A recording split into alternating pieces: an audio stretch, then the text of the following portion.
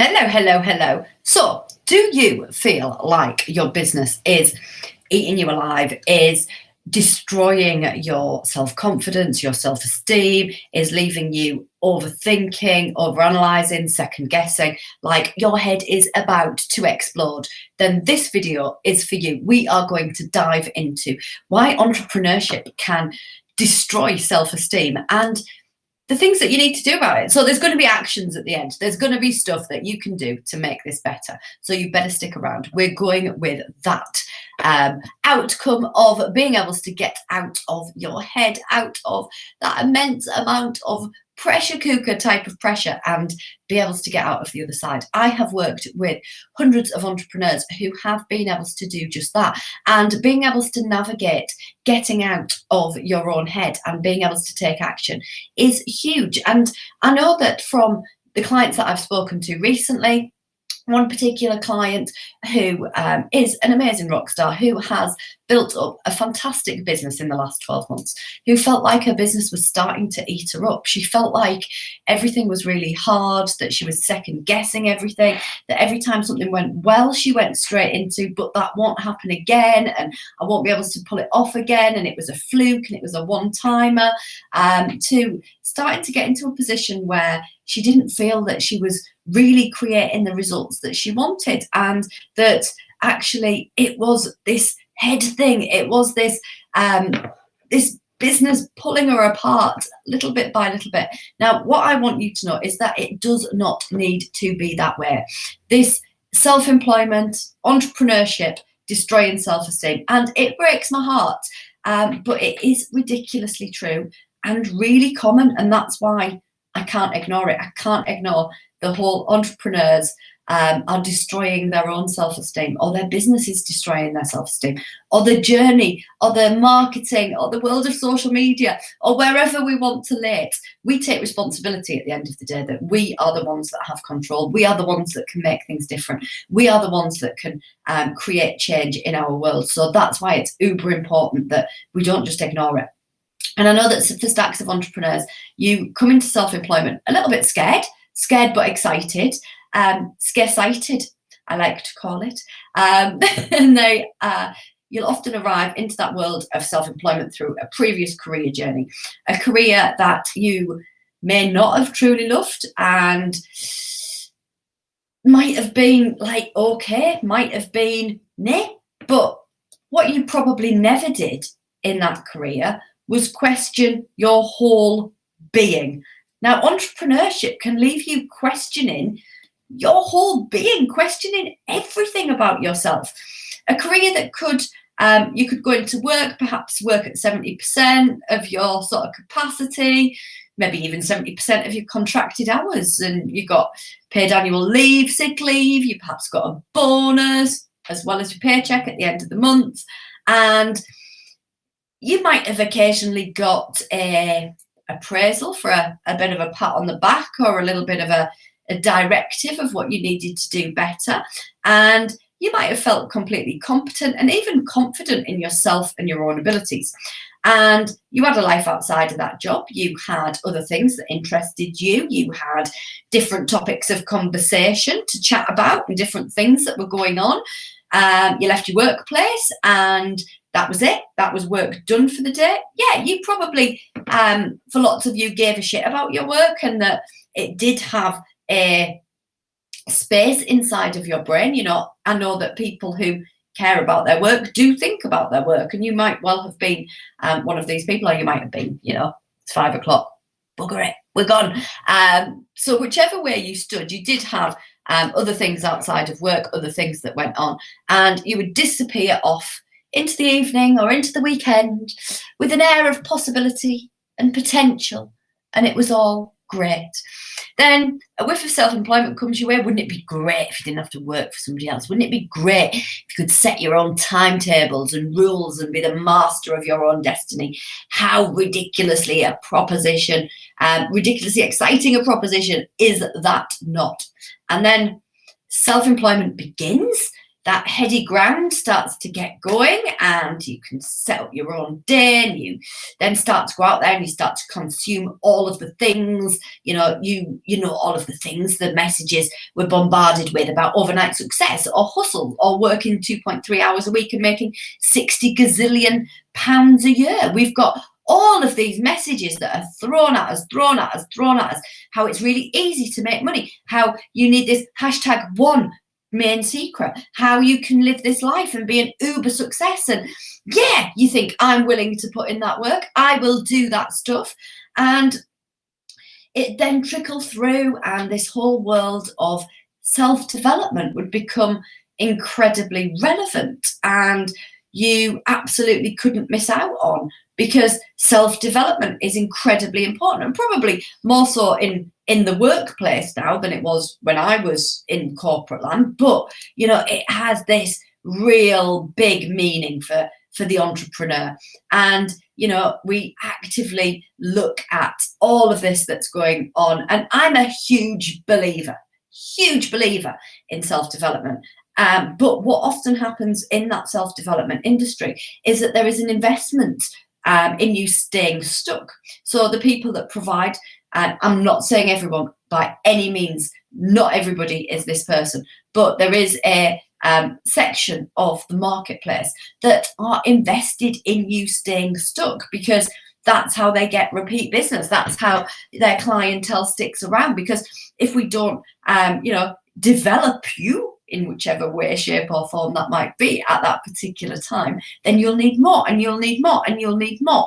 And you know, it's a little bit like the slimming clubs of this world that rely on that repeat client base, and therefore are invested in keeping people stuck and keeping people in that position. And it's not cool.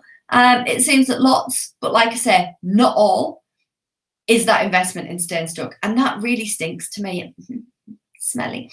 And I see so many entrepreneurs who quite literally feel that self-employment has absolutely, completely and totally kicked the shit out of them. That they came in confident, they came in, you know, feeling that they were able, yeah, they were scared, yeah, they're bum pinched, but you know, they took that big bold step, they took that big bold move. They had an element of self-assurance, self-confidence, that they could, you know, give it their best, and they didn't necessarily know what those outcomes were. But then they become a little bit of a shell that is sucked from them, that their business kicks their ass, and that bit by bit they've arrived confident and competent, and every single ounce of self-esteem is drained from their very being. Now, there's multiple angles to this, which I'm going to talk about. And first of all, you know, I want to address you, because if you're nodding your head as to, yeah, I kind of get this, I kind of feel that this is me, and that this is actually really relevant to me, and help, then yes, we will. We're helping. We're on it. So first of all, you are the most important part of their business, of your business, right? You are the heartbeat. So when I talk to clients, they'll talk about all sorts of things, and I'll bring it back to here, right? When I work with a client, I look after you, right? Because you are the heartbeat of your business. You are what pumps all of the energy around the whole system. You are the biggest asset that you will ever have in your business, because it pumps away, and you are the catalyst to every single thing happening. Now, if we look at other assets in your business, you might buy a great big fancy damn computer, and you might have that great big fancy damn computer, and it might have made you bum nip a little bit to make that kind of investment in tech, and you think, but you've got this big computer, and you're like, oh yeah, that's great, that's the bee's knees. You wouldn't go past that computer every day and kick it, would you? No, Emma, I would not go past that computer and kick it every day. No, that's why we've got to stop doing that to ourselves as the biggest asset to our business. You are the most important part of your business, not a whizzy funnel, strategy, tactic, or trick. You are fundamental to the success of your business. Now, that might sound burdensome if you're feeling like right now you're the last person in the world that you place a bet on that you would put your money behind. But let's relieve that burden, because I want you to see that as super empowering. It is in your hands, and that is really exciting. All we need to do is get your groove and your zing back again. All right. So you have got that ability to create that difference. You have got that within you. And yeah, right now, you might feel like your business has kicked the shit out of you, but that doesn't need to be that way moving forwards. So who are you? In the mix of this self-employment malarkey, it's easy to get stuck and forget who the fuck you are. You get your nose down, your business becomes your baby. You maybe start slowly feeling a little bit more restricted by your business, and it becomes a little bit burdensome.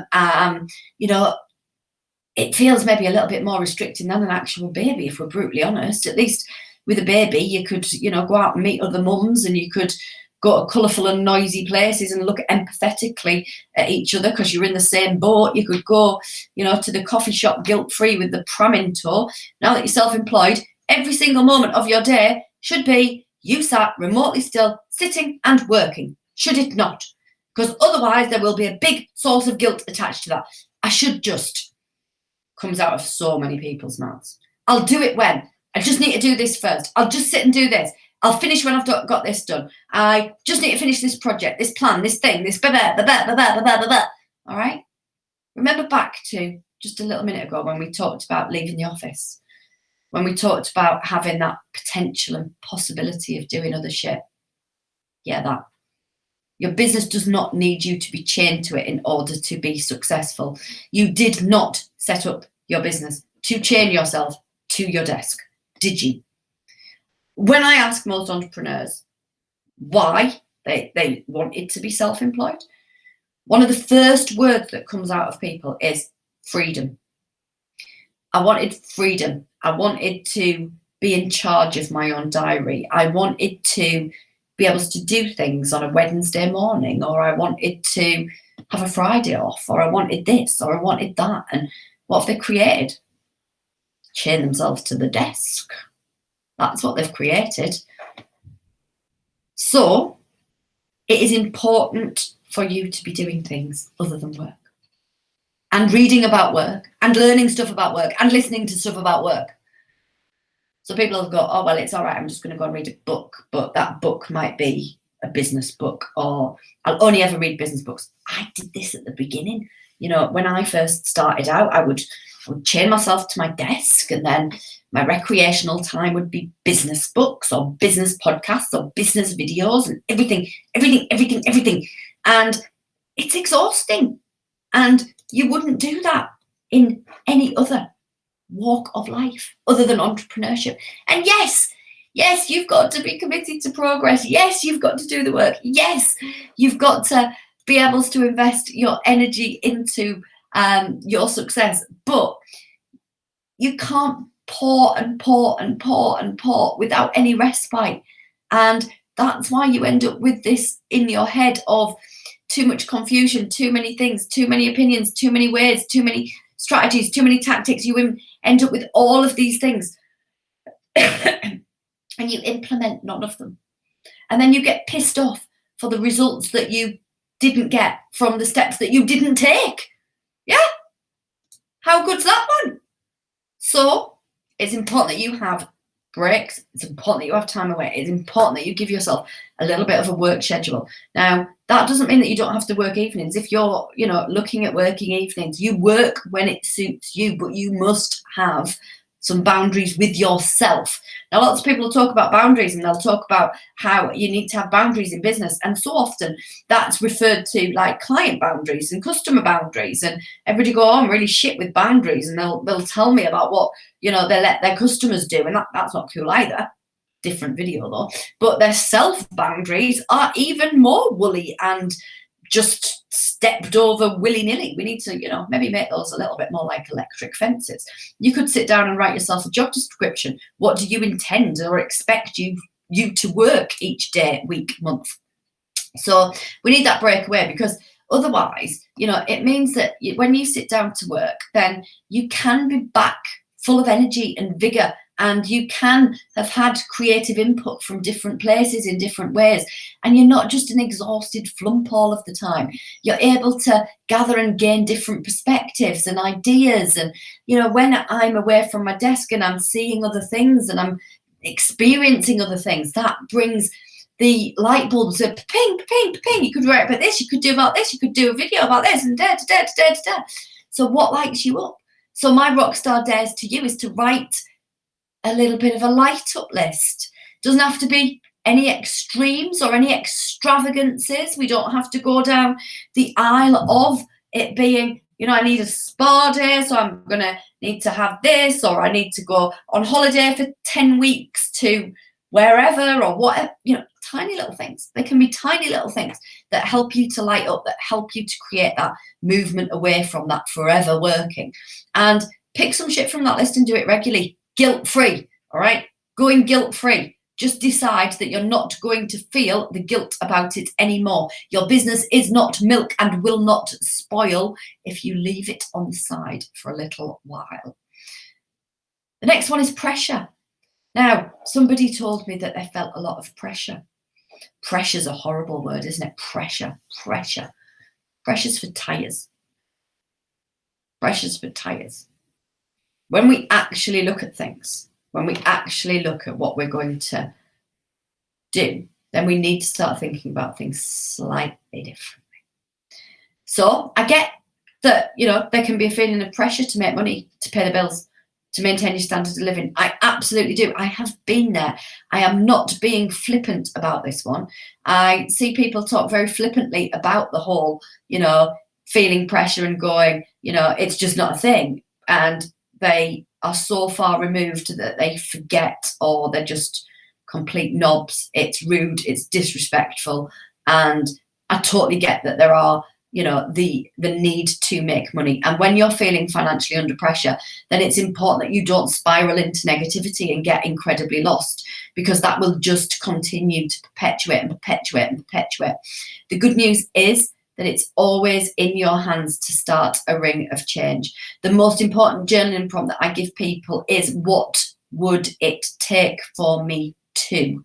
And then you can explore the action that you can start to take to get that money rolling. What would it take for me to? You can also head over to the blog at www.rebelsandrockstars.com, and there are stacks and stacks of resources, blogs, posts, articles, all about making sales and making things happen. The second thing that I always talk through is, are you actually safe? So people will tell me that there's pressure, there's pressure, there's pressure, there's pressure. And we'll look at, right, okay, so right now, are you actually safe? Is that pressure real? Pressure can be really easily consume you, and it can become irrational really quickly. So we just take some time back to look at, right, what would it take for me to, and what do I need in order to be safe? And again, I am not being flippant. It is a useful check-in that you're not really catastrophizing where you are right now. Pressure always also shows up about getting things right and not messing up and being visible and blah, blah, blah, blah, blah, blah, blah. I'm under pressure to do these things and to show up and to be this and to do that and to blah, blah, blah, blah, blah, blah. Here's the thing, you can't get it wrong, all right? All this pressure to be right and to be perfect and to get it right and to not mess up, you can't get it wrong, all right? Nobody's ever been out there and ran your business your way before. So let's just remove all that pressure, all right? There are no set rules of standards that you need to adhere to, unless, of course, you have a professional body, and I'm sure that you're already maintaining those standards, and that your worry and your pressure about being visible and getting things right is more in terms of your marketing. And remember, we all do mess up from time to time. We all do make mistakes. I have to say that, the sucking of the self-esteem is super difficult when it's that kind of feeling of visibility. And I work with stacks of people, and just saying get visible isn't helpful. If I just say to you, get visible, that's not going to help you. It's not going to support you to make that move. It's not going to give you the tools you need to do that thing. It's not going to help. It's a whole package of work that needs to go in, from you getting to grips with who you are, getting over the overs, which I'll talk about in a minute, practice, and ditching the rules. So it's about stopping putting that pressure on yourself, giving yourself a chance. All right, giving yourself a chance to make it happen. Chances are that if you release the pressure, you will be able to do the things. So give yourself a chance, and chances are that you'll be able to do it. And I spoke to a lady a little while ago who used that word pressure. And when we talked about her work, we decided that the word needed to be reframed. We needed to look at it in a different way. Pressure of too much work. It's a lesson about how you should take on, about how much work you should take on at one time. It's a lesson about the management of your own personal expectations on yourself, because you probably have deeper expectations of yourself than anybody else ever has of you, and on an opportunity to serve people. So looking at being able to take that pressure off, managing expectations, yours and other people's. When we look at the pressure of not enough work, and again, I'm not being flippant, there is loads of help and support that I can give you on this one, but it's, a lesson in patience. Rome wasn't built in a day. It's a lesson in making things happen. It's a compelling cry to take positive action. And it's a lesson in the fact that when you look, there is opportunities in all sorts of places. Pressure is the exact feeling of the pressure cooker. It is consuming, it is overwhelming, it is going to pop, it is going to pop, it is going to pop. It feels like you might just explode, and you can't do your best work when you feel that way. Step back, give yourself some time off, helicopter out, see the full view of the potential and possibility in your business. There's bound to be lots about that currently you're very much blinkered to, and keep your eyes open for opportunity. Release the pressure, step back into the flow. Right, let's have a quick look at the overs. I know that we've got, a big one, the overs: overthinking, overwhelming, overanalyzing, second guessing. They all sort of come into the overs, and they are utterly exhausting, right? I always say that overwhelm is a choice. Now, again, you probably eye roll, but it is totally true.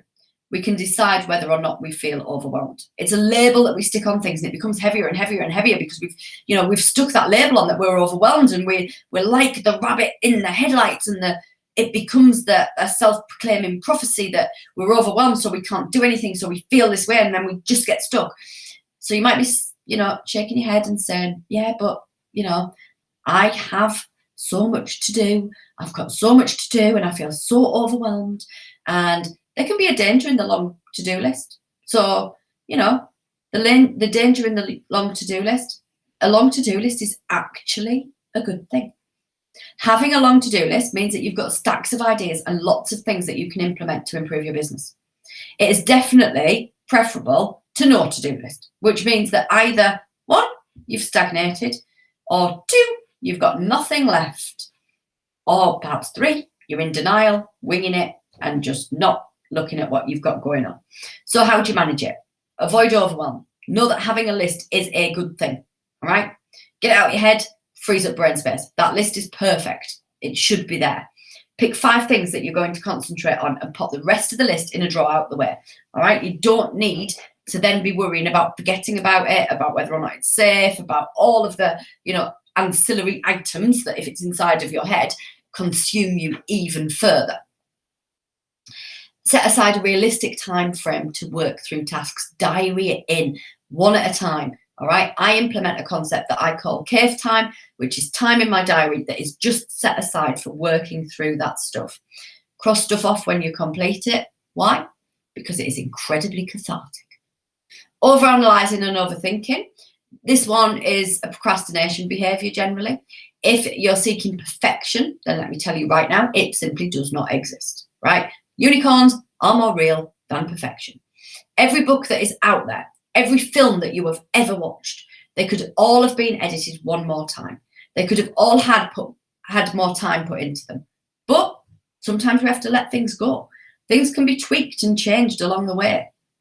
Overanalyzing and overthinking come into form that you're making things mean stuff that they don't actually mean. That kind of potential that somebody will judge it, or there'll be some sort of remark, or you'll have made it mean more than it actually does. So what we have to think about is looking at things, yes, through our own filters, but also being a little bit objective every now and again and being able to go, right, okay, what's the worst that could happen? If I put that thing out there, what's the worst that could happen? Let's pop it out there and just see. Be more curious. Allow yourself to explore a little more. All right? Comparison. I could go into a whole article on that and have got articles on that and will record a video on that one. So I think that we'll leave that one to one side, but that also does drain your energy, drain your self-esteem. But let's do comparison separately because it's such a biggie. So what do you need to do? You need to make sure that, number one, there are a couple of articles that you can read over on my website. So you can read Self-Employed Destroys Self-Esteem, that your self-esteem should not be measured by any of your marketing metrics. You can go over and get your hands on some of the free resources that are on the website to help you. All right. What I would also like you to do is to hit the comments and let me know whether or not you get it. Does this resonate with you? Does this whole entrepreneurship destroying your self-esteem, do you get that? Is it something that, yeah, I get it. I get it. I understand it. I've been through that. Do you get it? Because by doing that, you make everybody else feel less alone and they get that that is something that is really important. I would also love it if you would share this article that you read as a result, or this video with people in your network, because it is so important. I do not want anybody else feeling like they have to go through this ringer. If you're there right now, I will help and support you to come out of the other side of that. Let's see if we can proactively stop others getting into that situation where being an entrepreneur has destroyed their self-esteem. Please do like, subscribe, share this video with your friends and any of the resources that I've added into the description that you feel might help and support them. And until the next video, bye for now.